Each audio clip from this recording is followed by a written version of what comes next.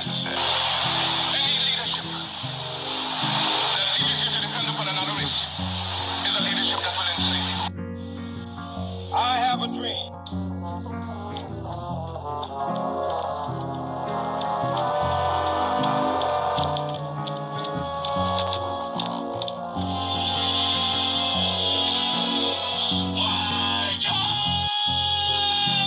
We can never be satisfied as long as the Negro is the victim of the unspeakable horrors of police brutality. Who taught you, please? Who taught you to hate the texture of your hair? Who taught you to hate the color of your skin? Man, rap today fucking sucks bad. I don't give a fuck what anybody says. These fools ain't spitting no type of dope shit. But that's not even the bad part. They're not even saying words anymore. They just got a hard-ass fucking beat to trick dumbasses like you to make you think you like the shit. Only our unity can provide us with anything like adequate protection. Because you can't hate the roots of a tree and not hate the tree. You can't hate your origin and not end up hating yourself. You can't hate Africa and not hate yourself. Faith, religion, brainwashing, the ailments mankind could never cure. Just bury me in the ocean with my ancestors that jumped from ships, because they knew death was better than bondage. I can't move. You can't move. Why can't I move? You're paralyzed. Just like that day when you did nothing. You did nothing.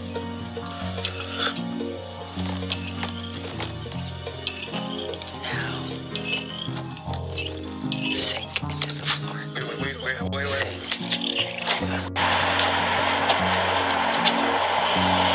You're not niggas. Eric is a little white boy. Maybe he belongs in his daddy's mansion. Eric's mother wasn't white. Well, most of the world thought she was. And she looked pretty white to me. All you need is a drop of black blood and you're black. Isn't that what the white man says? Hello, welcome to Young King Truth Tell. This is Kanye Tetsubo. Today, I'll be talking about interracial relationships, part 3. Now, the reason why I want to cover this again is because of things I've been seeing on Twitter and things I've been seeing on my own Instagram page. Some of those things I've seen on Twitter includes the fetish of black men on the rise again. And when I say fetish, I mean these white women, they are clearly with white men. They are dating or married to white men, but they see black men as sexual objects in their lust for dark skin. One such video details how this white woman is so infatuated with black men that she dreams of bumping into a black man and eventually him marrying her. But then she wakes up from that dream to be with a white man. Another saying that, how am I gonna pass on these ugly traits of having no lips, no butt, and then her husband supposedly steps into the picture and it's a black man. It's nothing but a fetishization of blackness. They do not love black men, they love the idea of black men. Another video is of a white girl saying that her family does not like black men, but then the black guy shows up in the video. Another video is of these different culture of women, including white women, and they showing off black men as if they are some type of animal. And the black men in all these videos are, of course, smiling, happy. But wait, there's more. One person in particular who retweeted some of these videos is a black woman who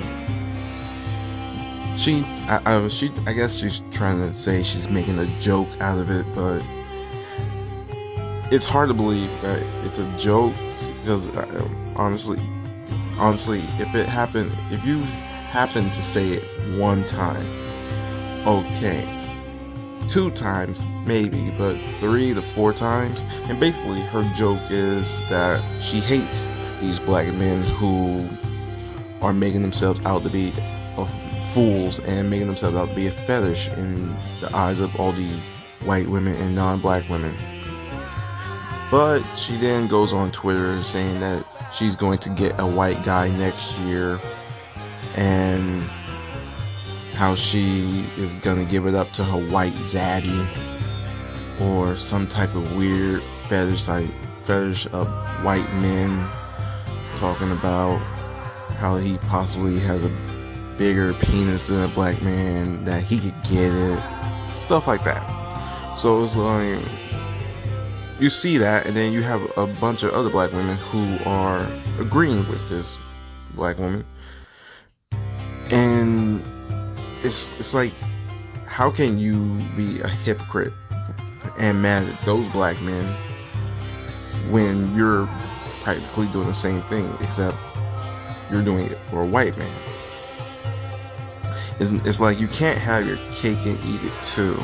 You can't be mad and then at white women for fetishizing these Negroes, and you can't, you just have no rights at that point.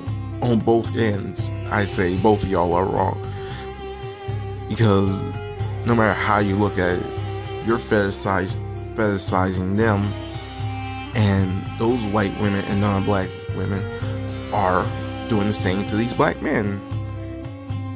And this leads to Instagram, where I posted something about not dating interracial and promote and supporting black love only. And then you have obviously a white woman come on there trying to say, oh, you should not judge based off of one's skin color.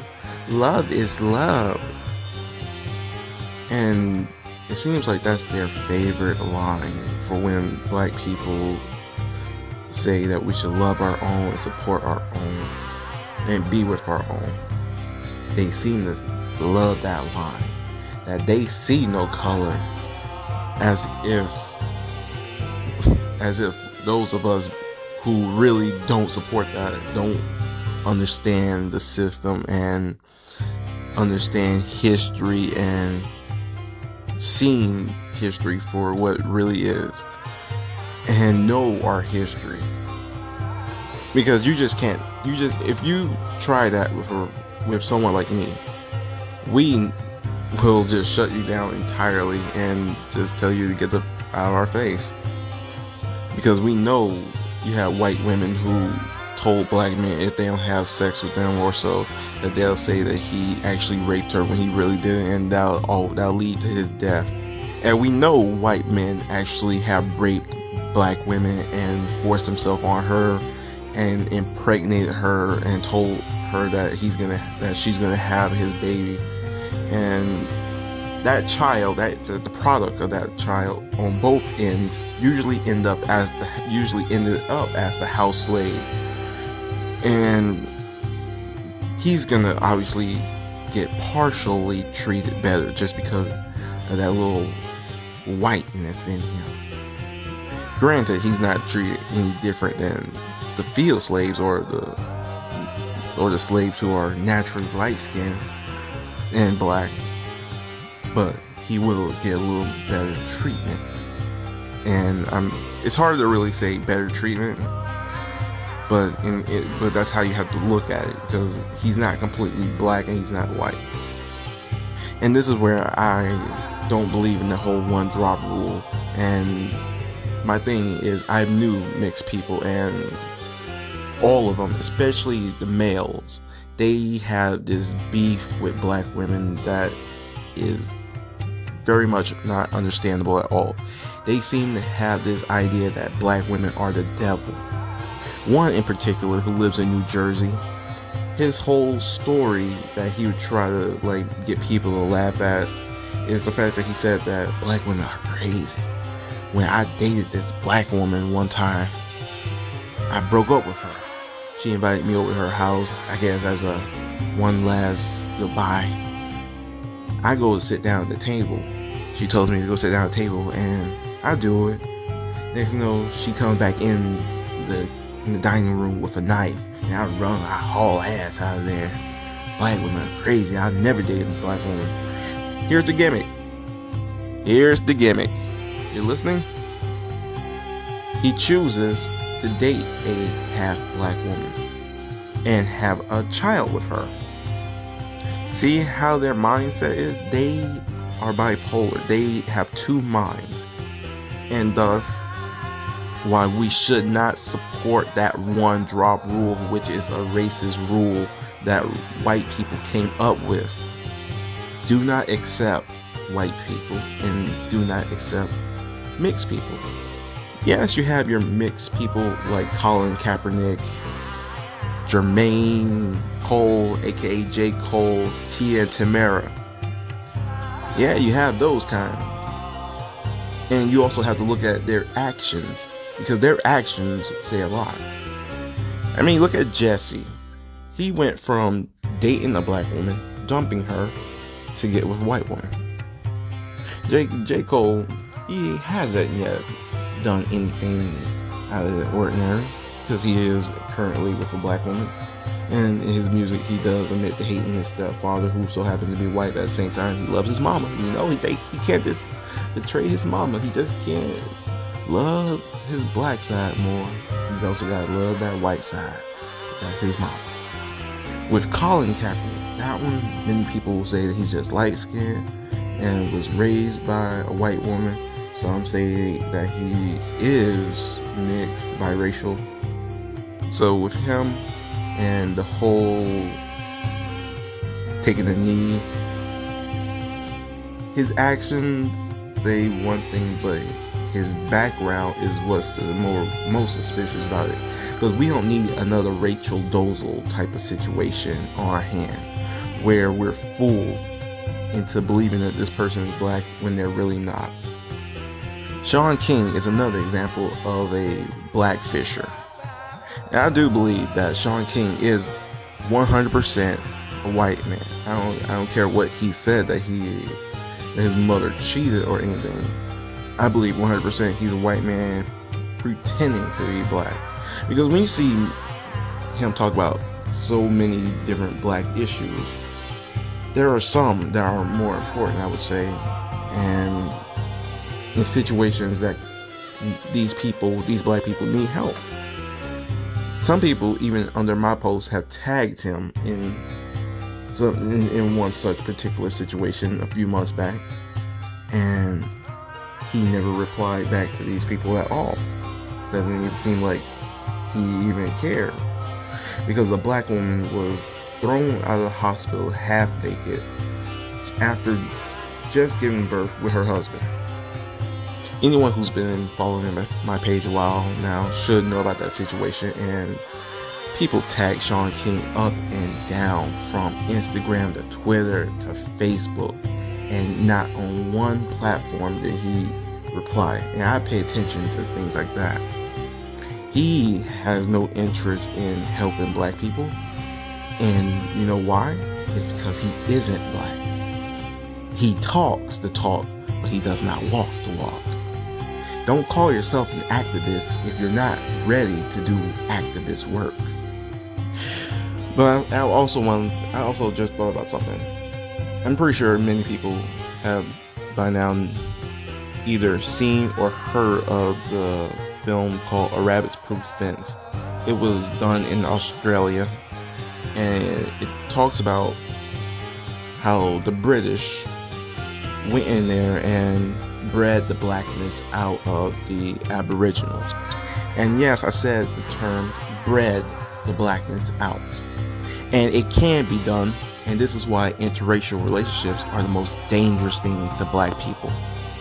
Step 1, that first generation after birth, whether it be a black man with a white woman, or a white woman or a black woman with a white man, that child that comes out, he is known as a mulatto.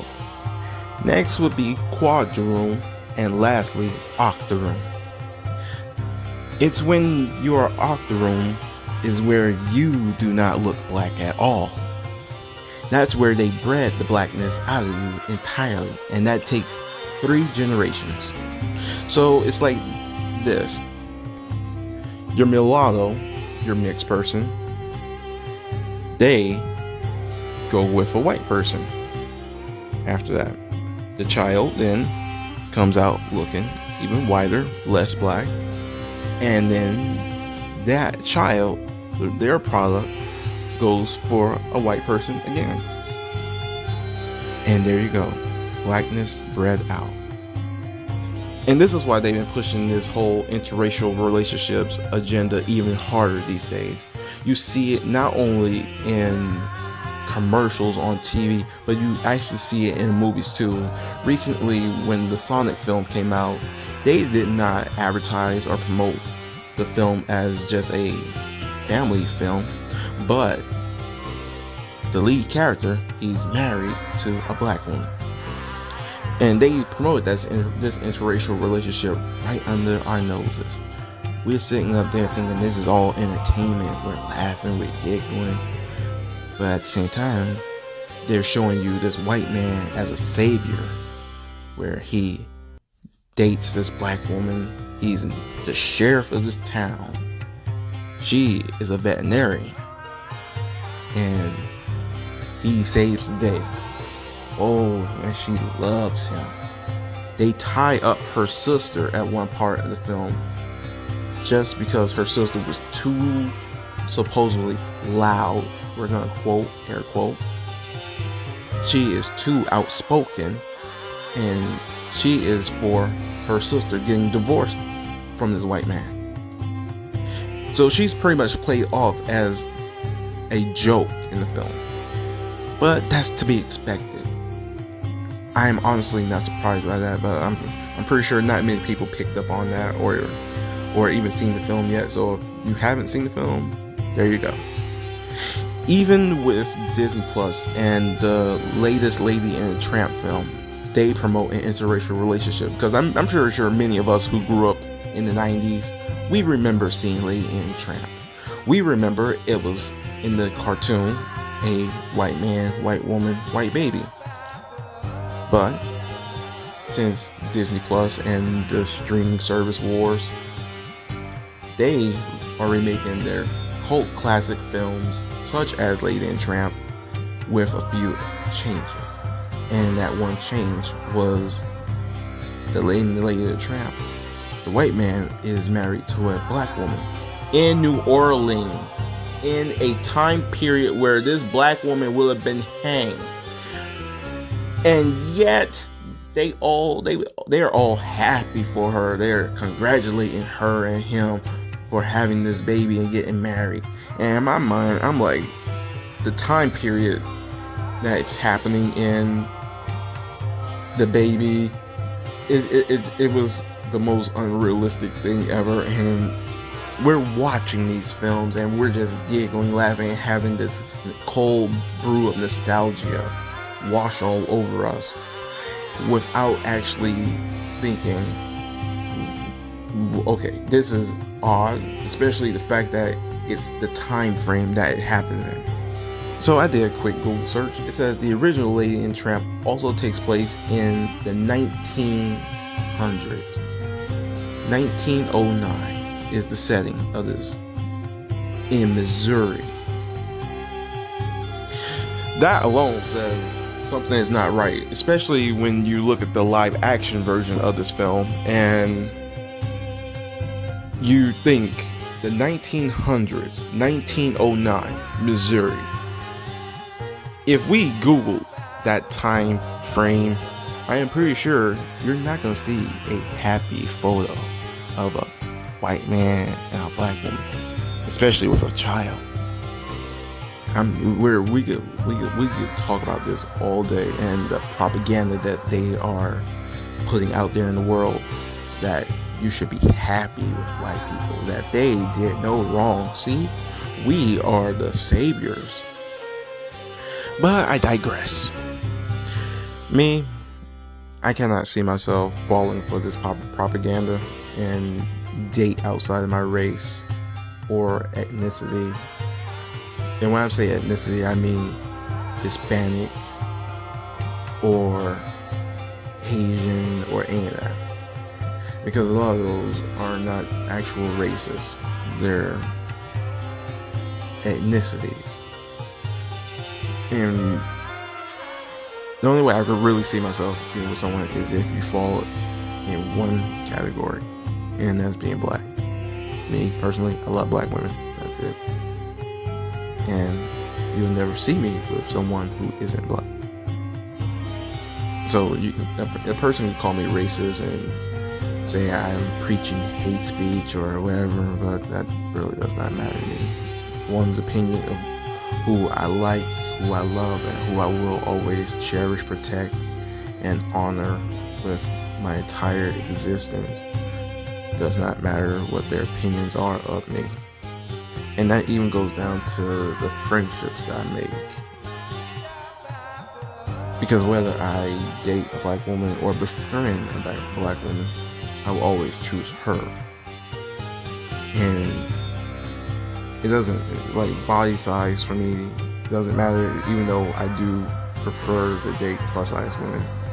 I would date a flat woman, skinny woman, black, over any white woman. But that's just my dating preference. Again, I digress, because this idea that you need to be with someone white mentality has truly become rampant these days, especially with social media and everyone being in quarantine. You're now seeing these videos where these black men and women are out here looking like a fetish or fetishizing white people, and it's absolutely disgusting that we have black people like that still in this day and age after all white people have done to us. It's as if you're just forgetting who the true terrorist of this country is. It's like you're forgetting who they are and forgiving and forgetting. And that is something that we cannot have. And and this is one last film I like to bring into play and call into play. If anyone has seen that god awful, it hurts my chest, hurts my stomach just think about it. Tales from the Hood 2.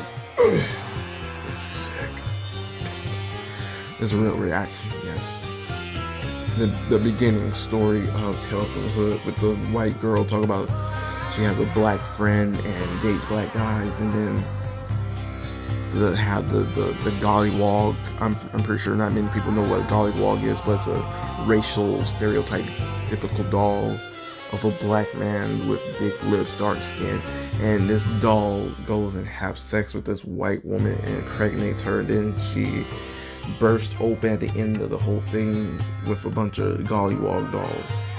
And the last story dealing with Emmett Till and this black man's so-called rights to be able to date a white woman and have a baby with her. Oh God, that's giving me a headache just remembering that.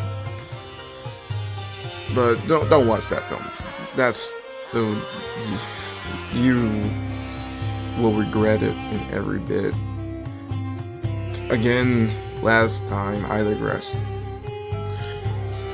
So I'm gonna just say this and leave it on this note.